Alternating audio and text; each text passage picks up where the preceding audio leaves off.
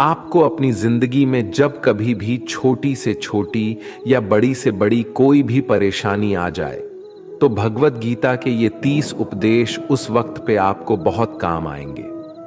ये पवित्र विचार आपके लिए समझना और उसे अपने जीवन में अनुकरण करना बहुत ही आवश्यक है।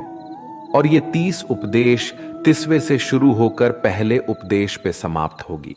इसलिए वीडियो को आखिर तक पूरा ध्यान से सुने ताकि आपके भी जीवन में कल्याण हो सके। गीता का 30वां उपदेश है अश्वमेव भुक्तव्यम कृतम कर्म शुभाशुभम। इसका मतलब है कि आपने कोई भी कर्म किया हो उसका फल आपको जरूर भोगना पड़ेगा। अगर आपने अच्छे कर्म किए हैं तो वो जाने अनजाने में किसी मुश्किल वक्त पे आपको वो अच्छे कर्म उस मुश्किल वक्त से बचा ही लेंगे।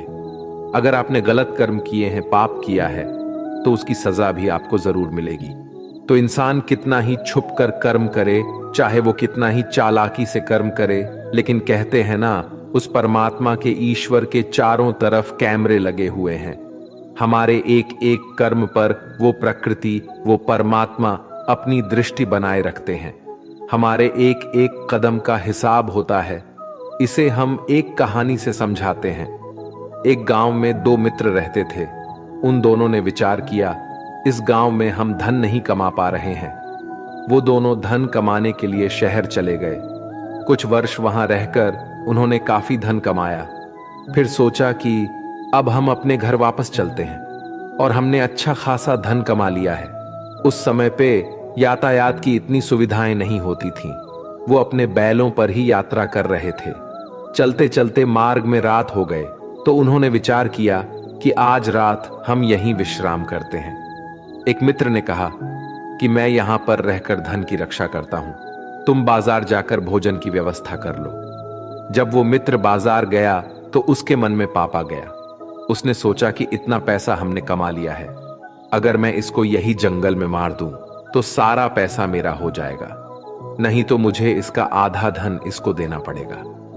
मन में ये खोट आने पर उसने अपने मित्र के खाने में जहर मिला दिया, और जब वो खाना लेकर के अपने मित्र के पास गया, उसका मित्र वो जहर वाला खाना खाकर वहीं पर उसकी मृत्यु हो गई। वो व्यक्ति सारा धन लेकर के अपने घर वापस आ गया।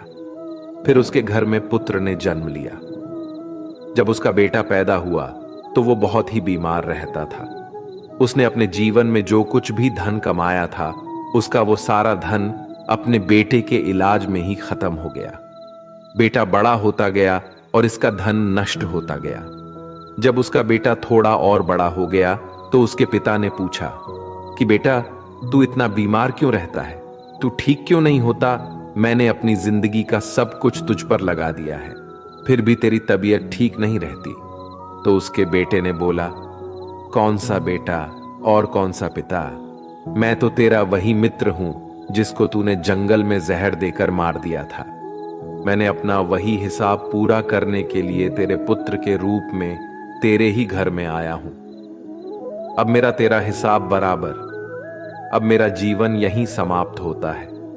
तो गीता का उपदेश हमें यही सिखाता है। कोई अपने आप को कितना भी चालबाज समझता हो, होशियार समझता हो, लेकिन अगर उसने गलत कर्म किया है, चाहे आज नहीं तो कल उसे उसका फल भोगना ही पड़ता है। कोई भी व्यक्ति अपने किए हुए कर्म से बिना उसको भोगे कभी छूट नहीं सकता।